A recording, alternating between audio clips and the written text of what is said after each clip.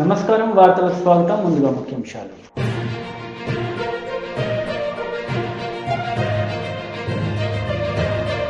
నేపథ్యంలో మహారాష్ట్ర కేంద్ర ప్రభుత్వాలపై సీఎం కేసీఆర్ సీరియస్.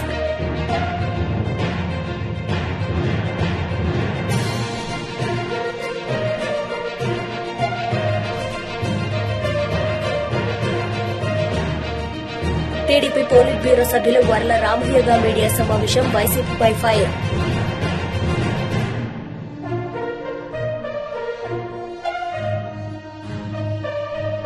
కర్ణాటక పర్యటనలో భాగంగా ప్రధాని నరేంద్ర మోడీ నూతనంగా నిర్మించిన మెట్రో లైన్లను ప్రారంభించారు. వైట్ షీల్డ్ నుంచి కేఆర్ పురం వరకు నిర్మించిన 13.71 కిలోమీటర్ల మెట్రో లైన్ను 4,250 కోట్ల రూపాయలతో దీన్ని నిర్మించారు. కర్ణాటక ముఖ్యమంత్రి బసవరాజ్ బొమ్మాయితో కలిసి ప్రధాని ప్రారంభించారు. ఈ సందర్భంగా ఏర్పాటు చేసిన ఫోటో ఎగ్జిబిషన్ ను తిలకించారు. तो आप समझ सकते हैं कि ये कितनी बड़ी सौगात है। और दूसरा, अगर हम शैला देखें कि जिस तरीके से यहाँ पर लगातार मेट्रो का जो जाल है बिछाया जा रहा है, सरकार की एक योजना है कि 2031 तक 317 किलोमीटर मेट्रो का जो नेटवर्क है वो इस पूरी सिटी के अंदर बिछा दिया जाएगा। तो पूरी सिटी जो आज जाम की समस्या से जूझती है, जहाँ लोगों को घंटों जाम में बिताना पड़ता है, तो वो समस्या हमेशा के लिए दूर हो जाएगी। और इस समय प्रधानमंत्री खुद मेट्रो जो ट्रेन है, जो नई मेट्रो ट्रेन, और ये देखिए नीरज, ये तस्वीरें जब प्रधानमंत्री टिकट खरीदते हुए मेट्रो स्टेशन पर, बड़ी सुखद होती हैं तस्वीरें जब हम देखते हैं कि हमारे देश के प्रधानमंत्री जो पब्लिक यातायात के जो साधन हैं उनमें सफर कर रहे हैं, मेट्रो ट्रेन में सफर करते हुए कई बार हमने उनकी तस्वीरें देखी हैं और आज फिर बड़ा सुखद अनुभूति देती हैं। देखिए, बिल्कुल अनुभूति देती हैं। एक आम आदमी की तरह प्रधानमंत्री सफर करते हैं। एक आम आदमी जैसे मेट्रो में जाता है, उसे सबसे पहले टिकट लेनी होती है, उसके बाद तमाम जो प्रोटोकॉल है जो उनको फॉलो करना होता है, उसी के बाद वो मेट्रो में सफर कर सकता है। उसी तरीके से प्रधानमंत्री जाते हैं और यही कारण है, आपने देखा भी होगा कि सबसे पहले जब प्रधानमंत्री यहाँ पहुंचे तो उन्होंने मेट्रो की टिकट ली। और मैं आपको बता दूं कि ये जो लाइन स्टार्ट हुई है मेट्रो की, यहाँ पर व्हाट्सएप से भी आप टिकट ले सकते हैं। इस तरह की कह सकते हैं कि देश में पहली ये मेट्रो ट्रेन है। अत्याधुनिक सुविधाओं से ये लैस है। और अगर इसकी खूबी की बात करें तो रीजनरेट ब्रेकिंग सिस्टम इसमें लगाया गया है कि अगर ब्रेक भी लगती है तो उससे जो एनर्जी जनरेट होती है उसका भी जो इस्तेमाल है वो यहाँ पर किया जाएगा। और इसके अलावा सोलर पावर यहाँ पर है, बैटरी चार्जिंग की सुविधा यहाँ पर मौजूद है।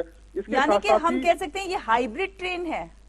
देखिए, बिल्कुल कह सकते हैं। और इसके साथ साथ अगर आप देखें तो रेन वाटर हार्वेस्टिंग की सुविधा भी इस जो ट्रैक है जहाँ पर बनाया गया है वहां पर मौजूद है। और 132 जो लाख लीटर है हर साल जो पानी है उसको जनरेट कर सकते हैं, उसको इकट्ठा कर सकते हैं। और इसके साथ साथ ही अगर देखें तो जिस तरीके से वातावरण का भी ध्यान रखा गया है और 68,000 से ज्यादा जो पेड़ हैं वो शैला लगाए गए हैं, तो आप समझ सकते हैं कि किस तरीके से ग्रीनरी है उसको भी प्रमोट किया गया है और जो वातावरण है उसका भी ध्यान रखा गया है। तमाम तरह की जो सुविधाएं हैं उससे सुसज्जित है। और खासतौर से अगर हम देखें इस मेट्रो का जो लोगो जिस तरीके से डिजाइन किया गया है, तो इस लोगो में अगर आप जो डॉट आपको 5 दिखाई दे रही है तो वो पूरा का पूरा बेंगलुरु शहर है उसको दर्शाता है। एक रंगोली की तरह उस लोगो को बनाया गया है।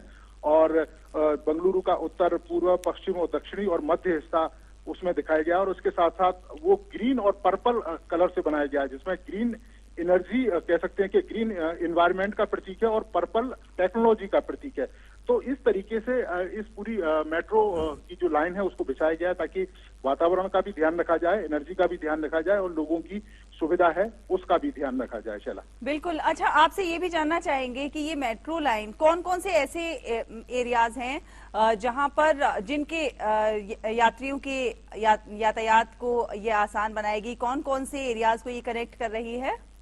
देखिए, ये अगर हम देखें तो व्हाइट फील्ड एरिया है जो जिसे आईटी हब कहते हैं। और व्हाइट फील्ड से जब आप बेंगलुरु शहर की तरफ जाते हैं तो केआर पुरम जो इसका जो लास्ट मेट्रो स्टेशन है और वहां से एक तरीके से हम कह सकते हैं कि पूरा जो शहर है उसकी शुरुआत होती है, तो वहां से ये सीधा कनेक्ट कर रही है। और 13 किलोमीटर से ज्यादा का ये सफर है। और इस सफर को तय करने में जो लोग हैं उनको पहले 2 से ढाई घंटे की दूरी लगती थी, क्योंकि इतना ज्यादा जाम रहता था इस पूरे इलाके में, क्योंकि हैवी ट्रैफिक था और बड़े पैमाने पर आईटी कंपनियां थी, उनके कर्मचारी थे, बहुत सारे ऑफिसेस यहाँ पर मौजूद थे। तो उस वजह से जो लोग हैं उनको तमाम दिक्कतें होती थी और समय पर ऑफिस पहुंचने में भी उन्हें परेशानियां होती थी। लेकिन अब उनकी ये जो परेशानियां हैं वो दूर हो जाएंगी और कह सकते हैं कि एक बड़ी सौगात है मेट्रो इन लोगों के लिए। जब हमने लोगों से बात भी की थी, उनका कहना है कि हमारा एक बड़ा हिस्सा पूरे दिन का सम्मान निधि मिलती है और 4,000 रुपए ऐड करती है कर्नाटक सरकार। तो इस तरीके से जो डबल इंजन का जो फायदा है वो सीधे सीधे आम जो लोग हैं उनको मिलता है। और ये जो मेट्रो ट्रेन है वो कहीं ना कहीं बताती है कि जो तकनीक है और जो इंफ्रास्ट्रक्चर है उस पर आने वाले समय में और भी तेजी के साथ विकास किया जाएगा। और आपने देखा भी था कि एक टारगेट भी है कि 2031 तक 300 किलोमीटर से ज्यादा का मेट्रो का जो ट्रैक है वो बिछा लिया जाएगा। बिल्कुल, और जब यातायात को रफ्तार मिलेगी तो विकास की गति को और ज्यादा रफ्तार मिलेगी। और प्रधानमंत्री नरेंद्र मोदी ने जिस तरह से आपने कहा कि व्हाट्सएप के जरिए भी आप अपना टिकट बुक कर सकते हैं, और प्रधानमंत्री नरेंद्र मोदी का तो हमेशा से जोर है डिजिटल इंडिया पर और डिजिटलाइज करने के लिए, चीजों को आसान और सुगम बनाने के लिए वो लगातार प्रयास कर रहे हैं। उन्होंने कहा भी है कि आजादी के अमृत महोत्सव पर देश ने विकसित होने का संकल्प लिया है। देखिए, बिल्कुल 2047 तक देश को विकसित होना है और निश्चित तौर पर, और जब हमारा देश विकसित होने की राह पर आगे चलेगा तो तकनीक का भी हमें सहारा है वो लेना पड़ेगा। और आपने देखा भी होगा कि प्रधानमंत्री लगातार तकनीक का जिक्र करते हैं और तकनीक ने कितनी लाइफ बदल की है। और खासतौर से कोरोना काल में जिस तरीके से तकनीक का प्रयोग किया गया, आपदा में अवसर ढूंढे गए और हमारे तमाम जो वैज्ञानिक हैं और हमारे तमाम जो कारोबारी हैं जिस तरीके से उन्होंने काम किया, तो आज देश जिस तरक्की की राह पे आगे चल रहा है उनका एक बड़ा योगदान है। इसके अलावा तकनीक का एक बड़ा योगदान है। जिस तरीके से डिजिटल इंडिया प्रधानमंत्री ने लोगों के सामने रखा और जिस तरीके से लोगों ने उसका स्वागत किया, तो कहीं ना कहीं बताता है कि जो तकनीक है आने वाले समय में एक बड़ा जो रोल है वो प्ले करेगी। आपने देखा भी होगा कि किस तरीके से जो जनधन खाते खोले गए और जो केंद्र सरकार की तमाम योजनाओं का पैसा वो सीधा डायरेक्ट उन तक जाता है और बिना किसी मिडल मैन के थ्रू। पहले इस तरह की जो सुविधा है वो लोगों के पास नहीं थी। पहले एक बड़ा कमीशन बीच के लोग रख लेते थे, लेकिन अब ये बिल्कुल देखने को नहीं मिलता है। केंद्र सरकार की जो भी योजनाएं हैं उनका सीधा सीधा जो लाभ है वो लोगों तक मिलता है। आपने देखा होगा कि किस तरीके से गरीबों को पक्के घर दिए गए, गरीबों के घर में नल से जल जो है वो पहुंचाया गया, उज्ज्वला का जो गैस कनेक्शन है वो लोगों को, गरीब लोगों को दिए गए, बिजली के कनेक्शन हो, गांव तक सड़कें पहुंचाई गई, अस्पताल बने और लोगों का जो इलाज है वो कराया गया। आपने देखा आयुष्मान भारत के द्वारा किस तरीके से जो लोग हैं वो अपना इलाज करा सकते हैं। तो ये एक बड़ा चेंज है और यही कारण है कि जब 2047 की बात प्रधानमंत्री करते हैं कि हमारा देश विकसित होगा, तो उसमें ये तमाम जो तकनीक, भारत के लोगों का जो सहयोग, हमारे यहाँ पर जो नए नए उद्योग, हमारे यहाँ के जो व्यवसायी, तमाम तरह के नवाचार जो हो रहे हैं, तो ये एक बड़ा जो रोल है वो प्ले करेंगे। और निश्चित तौर पर जिस तेजी के साथ हमारा देश चल रहा है, 2047 तक हम इसे अब विकसित देश देखेंगे। बिल्कुल, 2047 तक विकसित देश हम इसे देखेंगे। और ये जो मेट्रो लाइन का उद्घाटन आज प्रधानमंत्री नरेंद्र मोदी करेंगे, ये सचमुच एक बहुत बड़ी सौगात होगी कर्नाटक वासियों के लिए, बेंगलुरु वासियों के लिए। क्योंकि नीरज, हम जानते हैं, हम और आप दिल्ली में रहते हैं और हम जानते हैं कि मेट्रो लाइन दिल्ली में आने से पहले किस तरह जाम की स्थिति होती थी। घंटों घंटों जाम में फंस जाते थे और कई दफ्तर जाने के लिए या कॉलेज जाने के लिए कई घंटे पहले निकलना होता था। लेकिन जब यातायात सुगम होता है तो बहुत सारी चीजें आसान हो जाती हैं और आप अपने मस्तिष्क को भी और ज्यादा बेहतर कामों के लिए इस्तेमाल कर सकते हैं। देखिए, बिल्कुल आपने देखा होगा, अगर आप कल्पना करें कि दिल्ली में द्वारका से अगर आप बाया रोड धौलाकुआ होते हुए अगर आप आए तो किस तरह की स्थिति रहेगी और जाम में कितना समय आपको बिताना पड़ेगा। लेकिन वही अगर आप मेट्रो से आए तो आप आधा घंटे के अंदर आप अपने ऑफिस भी पहुंच सकते हैं और दिल्ली के दिल कनॉट प्लेस में भी पहुंच सकते हैं। तो ये एक बड़ा चेंज है और जब लोगों के पास समय बचता है तो उनकी क्रिएटिविटी है वो भी बढ़ती है और जो समय है उसका जो सदुपयोग है वो भी लोग कर सकते हैं। और खासतौर से फ्यूल है, फ्यूल में మహారాష్ట్ర కాందర్లోహల్లో జరిగిన బీఆర్ఎస్ పబ్లిక్ మీటింగ్లో సీఎం కేసీఆర్ పాల్గొని మాట్లాడారు. ఈ సందర్భంగా పలువురు మహారాష్ట్ర నాయకులు బీఆర్ఎస్లో చేరారు. ఈ నేపథ్యంలో మహారాష్ట్ర కేంద్ర ప్రభుత్వాలపై సీఎం కేసీఆర్ మండిపడ్డారు. इस देश में जब तक हम अलग अलग रहेंगे, जाति के नाम पर, धर्म के नाम पर हम बटे रहेंगे, तब तक हम ऐसे ही रहेंगे. हमारे किसान आत्महत्या करते ही रहेंगे.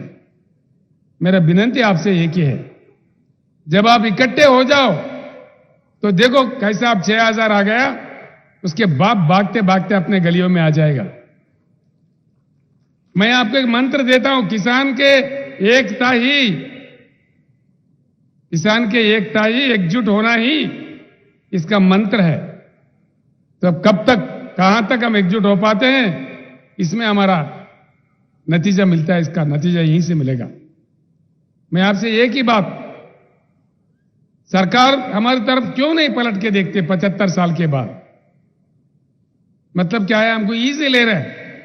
भाई किसान बेचारा कहां जाएगा, या तुमको देगा या मुझे देगा, या भाजपा को देगा या कांग्रेस को देगा, या रीजनल पार्टी एक दो है तो या उनको देगा तो इनको देगा, कहां जाएगा? या वोट नहीं डालेंगे क्या? ये उनका सोच है. तो इसलिए हमारे बातों को कोई दिल पे नहीं लेता. मेरा आपसे प्रार्थना है, भरपूर पानी अगर हर खेत में, हर एकड़ में चाहिए, भरपूर करंट हमारे किसान को फ्री में चाहिए, तो एक झलक दिखाइए, एक ही झलक, एक झलक. ये मैं आज इस लोहा के सभा से ऐलान करता हूं, अभी मैंने बीआरएस पार्टी का रजिस्ट्रेशन भी करवाया. महाराष्ट्र के लोकल बॉडी चुनाव में, आगामी पंचायत राज इलेक्शन में हर जिला परिषद में गुलाबी झंडा खड़ा हो जाएगा. पूरे जिला परिषद का मुकाबला करेंगे. आप गांव गांव में अपना ताकत दिखाइए. कौन कौन भाग के नहीं आता मैं देखता हूं. केंद्र सरकार आ जाएगा, राज्य सरकार आ जाएगा. एक बात सोच लो, यहां बैठा है मेरे भाई बाबूराव कदम जी, ये 3-4 साल से संघर्ष कर रहा है. और हमारे गणेश कदम जो युवा नेता है धर्माबाद से, वो लोग कई सालों से ये लोग कर रहे काम. इन लोगों ने क्या किया, धर्माबाद में 80 गांव के सरपंच बैठ के रेजोल्यूशन पास कर दिए कि भाई तेलंगाना का मॉडल हमारे पास इंप्लीमेंट करो, या तो हमारे को तेलंगाना में मिला दो. इन्होंने ऐसा बात किया. तब जाके सरकार ने हुकूमत दिया कि भाई तटवर्ती जितने भी, बॉर्डर के जितने भी सरपंच है, नांदेड़ में जल्दी बुलाओ, मीटिंग करो. भाई बॉर्डर के सरपंच क्यों भाई? परभनी वालों को बुलाओ, औरंगाबाद वालों को बुलाओ. ओनली बॉर्डर वालों को क्यों बुला रहे? विदर्भा से बुलाओ, पश्चिम महाराष्ट्र से बुलाओ, सभी बुलाओ. न्याय करना है तो सभी के साथ करना है ना. तो इसीलिए मैं कहता हूं, गवर्नमेंट में घबराहट पैदा करना है, गवर्नमेंट को हमारे तरफ पलट के देखने के लिए मजबूर करना है. तो आगामी पंचायती राज चुनाव में अपना ताकत दिखाइए, एक झलक दिखाइए. क्या क्या नहीं आता, क्या क्या वाक्य नहीं आता, क्या क्या योजना नहीं बनता, आप खुद देख लेना आजमा के मेरे बात को. టీడీపీ పోలిట్ బ్యూరో సభ్యులు వర్ల రామయ్య మీడియా సమావేశం నిర్వహించారు. ఈ సందర్భంగా పలు అంశాలపై ఆయన మాట్లాడారు. అభివృద్ధిలో అగ్రగామి అనుకుంటున్నారు, నవ్వుతున్నారు పాత్రికేయుడు. అభివృద్ధిలో కాదండి, గంజాయి అమ్మకంలో అగ్రగామిగా ఉంది. జగన్మోహన్ రెడ్డి గారు ముఖ్యమంత్రిగా ప్రమాణ స్వీకారం చేసిన దగ్గర నుండి రాష్ట్రం దేదీప్యమానంగా వెలుగుతూ ఉంది. ఎందులో? గంజాయి అమ్మకంలో. భారతదేశ వ్యాప్తంగా ఇతర రాష్ట్రాల్లో ఎంత గంజాయి అమ్మకం జరుగుతుందో, రవాణా జరుగుతుందో, అంతా మన ఒక్క ఆంధ్రప్రదేశ్ రాష్ట్రంలోనూ జరుగుతుంది. ఈ రకంగా పేరు ప్రఖ్యాతులు పొందినారు మన గౌరవ జగన్మోహన్ రెడ్డి గారు. గతంలో భారతదేశ వ్యాప్తంగా బియ్యం సరఫరా చేసి అన్నదాతగా పేరు పొందిన, అన్నపూర్ణగా పేరు పొందిన ఆంధ్రప్రదేశ్ రాష్ట్రం ఈ రోజున దేశవ్యాప్తంగా గంజాయి సరఫరా చేసి గంజాయి ఆంధ్రప్రదేశ్గా పేరుగాంచిందని చెప్పడానికి చాలా సిగ్గుపడాలి. ఈ రోజున ముఖ్యమంత్రితో సహా ప్రభుత్వ యంత్రాంగం మొత్తం కూడా సిగ్గుపడాలి. అది ఏ స్థాయికి వచ్చింది ఈ రోజున? నిన్నగాక మొన్న తిరుమల తిరుపతి దేవస్థానం ప్రపంచవ్యాప్తంగా అత్యున్నత హైందవ దేవాలయం. అది ప్రపంచం మొత్తం కూడా శ్రీ శ్రీ వెంకటేశ్వర స్వామి వారిని ఆరాధ్య దైవంగా భావిస్తారు. ఆ కొండ మీద ధూమపానం కూడా ఎలో చేయరు, అంటే సిగరెట్ పొగ తాగటం కూడా ఎలో చేయరు. కొండ మీద కట్టుదిట్టమైన ఏర్పాట్లు జరిగాయి. ఇది వరకు సెక్యూరిటీ చాలా గట్టిగా ఉండేది, స్ట్రిక్ట్గా ఉండేవాళ్ళు.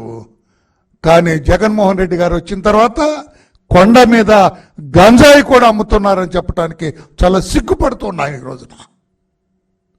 మొన్న గంగాధరం అని ఒక ఉద్యోగిని పట్టుకుంటే అతని దగ్గర 125 గ్రాముల గంజాయి పొట్లాలు పెట్టి ఉన్నాయట అన్ని. అంటే కొండ మీద గంజాయి అమ్ముతున్నట్టే కదా. నేను అడుగుతున్నా ఈ రోజున ముఖ్యమంత్రి గారిని, ఎందుకు టీటీడీ దేవస్థానం ప్రాశస్త్యాన్ని కూడా భారత అంతరిక్ష పరిశోధన సంస్థ ఇస్రో మరో విజయాన్ని సొంతం చేసుకుంది. ఏపీలోని నెల్లూరు జిల్లా శ్రీహరికోట నుంచి LV-M3 M3 రాకెట్ను విజయవంతంగా ప్రయోగించింది. దీంతో ఏకకాలంలో నిర్దిష్ట కక్షలోకి 36 ఉపగ్రహాలు చేరుకున్నాయి. 1A, 3A, 5A, 7A satellites are separated in positions. Others shall reassemble at 10 times. Congratulations to NSIL and ISRO and OneWeb for the successful launch of LV-M3 OneWeb India 2 mission. As we know today, the first 16 satellites of the series are already placed in the right orbit, and now it has gone in the far south of the Earth, and we will be getting confirmation of the remaining spacecraft separation soon once the onboard storage data is acquired by our Indian ground stations. Till now, based on the observations, the vehicle has done extremely well. It went up to the right orbit and placed spacecraft at the right orbit, and also with very minimal disturbances to it. So I am very happy today for the consecutive launch success of GSLV Mark 3, that is LV-M3. And I want to specifically thank NSIL for bringing this opportunity to us, and also for the confidence that OneWeb India team has on ISRO for building this rocket for them for this commercial launch. I also want to thank ISRO for the wonderful work that they have done to make this rocket very reliable and rugged, once again demonstrating the capability of the rocket for placing large heavy payloads into the right orbit without any glitch, and we look forward for greater engagement with our commercial partners for making this rocket one of the best in this class. So specifically I want to thank the entire ISRO family, the GSLV Mark 3 project team for making this historic event happen today. దేశ రాజధాని ఢిల్లీ నుంచి హిమాచల్ ప్రదేశ్లోని ధర్మశాలకు విమాన సర్వీసులను కేంద్ర సమాచార ప్రసార శాఖ మంత్రి అనురాగ్ ఠాకూర్ సింగ్ ప్రారంభించారు. కేంద్ర పౌర విమానయాన శాఖ మంత్రి జ్యోతిరాదిత్య సింధియా వర్చువల్గా ఈ కార్యక్రమంలో పాల్గొన్నారు. हिमाचल प्रदेश में आना होगा तो पहले उनको दिल्ली आना पड़ता है और वहां से फिर फ्लाइट कनेक्टिविटी है. कैसे हम इस एयरपोर्ट को देश के अलग अलग कोनों से जोड़ सकें, भविष्य में आप उसको अवश्य देखेंगे, मुझे पूर्ण विश्वास है. लेकिन उसके लिए अगर हवाई अड्डा बड़ा नहीं होगा तो वायबिलिटी कहीं से भी नहीं बन पाती है. ये भी एक चुनौती हम सबके सामने है. आज भारत दुनिया का तीसरी सबसे बड़ी सिविल एविएशन की मार्केट बनी है, जिसके लिए मैं आपको और आदरणीय मोदी जी को और उनकी सरकार को बहुत बहुत बधाई देता हूं. ये किशन कपूर जी ने कहा जो वास्तविकता है कि 1960 में जब दलाई लामा जी ने अपना स्थायी स्थान धर्मशाला को बनाया तो आध्यात्मिक शक्ति का केंद्र भी पूरे विश्व का धर्मशाला बन चुका. వార్తలు ముగించే ముందు ముఖ్యాంశాలు మరోసారి.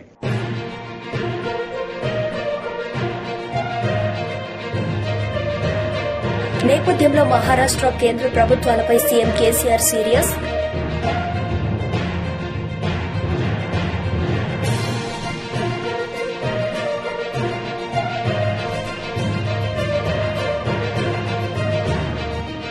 టీడీపీ పోలిట్ బ్యూరో సభ్యులు వర్ల రామయ్యగా మీడియా సమావేశం వైసీపీపై ఫైర్.